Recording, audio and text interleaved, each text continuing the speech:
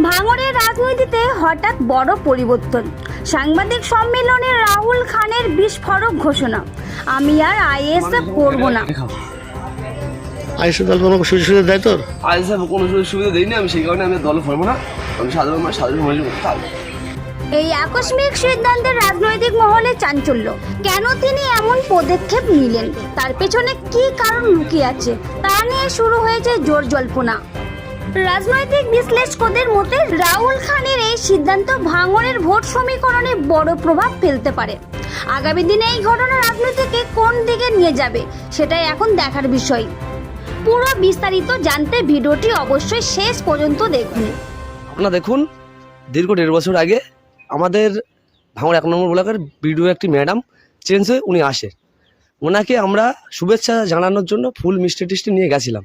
যাওয়ার পরে কিছু তৃণমূলের দুষ্কৃতী নাম ধরে বলল, মানে আমি বলতে পারবো, সায়াটির মিরাজ, শহীদুল এবং আমাদের নলমুড়ি ইমরান, ঘটপুকুরের রাকেশ, ঘটপুকুরের সাদ্দাম, আহসানের ভাই মোস্তান, আমাদের আবুল খয়ের, মানে প্রচুর একটা ওদের জমায়েত ছিল। ওখান থেকে তুলে নিয়ে আমাকে কোনো রকমভাবে আহসানের পার্টি অফিসে যাচ্ছিল। সেখান থেকে আহসান ফোন করে, আমার বাইকে তুলে নিয়ে গেছিলো। আহসান ফোন করে, যেখানে নিয়ে আসিসনি, রাহুলের বাড়ির লোকজন ভর্তি হয়ে গেছে, থানায় পুলিশ প্রচুর হারে আসে, এখানে নিয়ে আসার দরকার নেই, কোথাও গিয়ে একটা ওকে মারধর করে একটা ভিডিও করে নিয়ে চলে আসবি, ছেড়ে দিবি ওকে। তখন আমাকে পাখিজলের গা দিয়ে দেখবে একটা রাস্তা বয়ে গেছে নলপুকুরের ভেতরে, ওখানে একটা বাঁশ আছে প্রচণ্ড, একটা ফাঁকা জায়গায় বাঁশ বাগান আছে প্রচুর বড়, ওখানে গিয়ে আমাকে বেধড়ক মারধর করে। শুধু একটাই কথা বলে যে তুই একটা ভিডিও করলে তোকে ছেড়ে দেবো, প্রচুর মারধর করে। তখন ওই ভিডিওটা আমাকে মুখ থেকে যে ভিডিওটা হাইলাইট হচ্ছে, তখন ওরা ওই ভিডিওটা নেয় 1.5 বছর আগে। ব্যাপারটা হলো এই, আপনি নিশ্চয়ই দেখেছেন যে ওইদুল ভাইকে মারধর করা হয়েছে এবং সাথে সাথে একটা মানুষের মধ্যে একটা খারাপ মেসেজ ছুড়ে দেওয়ার জন্য, এবং আইএসএফ যারা করে তাদেরকে ভয় ঢোকানোর ব্যাপার, অন্য কোনো ব্যাপার না। শাসক দল আমাদের সঙ্গে যখন রাজনৈতিকভাবে লড়াই করে পারছে না, তখন এসব মিথ্যে ব্যাপার, এসব মানে ভিডিও নিয়ে এরা ফেক, পুরোটাই এটা ফেক খবর। এটা 1.5 বছর আগে আমার সঙ্গে ঘটেছে, আমাকে তুলে নিয়ে মারধর, যেটা হয়ে বলেছি ওটা বাধ্যবশত ওটা বলতে হয়েছে। এত মার মেরেছিল সেই সময় আমি ভিডিও করেছিলাম, আইএসএফ বাংলা বলো আরও অন্যান্য মিডিয়া আছে, সেই ভিডিওটা খুঁজলে আমি সেই ভিডিওই বলেছিলাম যে আমাকে দিয়ে একটা ভিডিও করে নিয়েছে, সেই দিনকে আমি বলেছিলাম।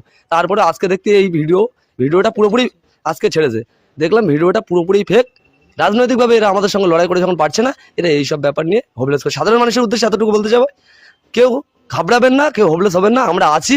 যতদিন শরীরে 1 বিন্দু রক্ত থাকবে ততদিন লড়াইয়ের মধ্যে আমাদের দেখতে পাবে। কোনো ভয় কিসের হয়?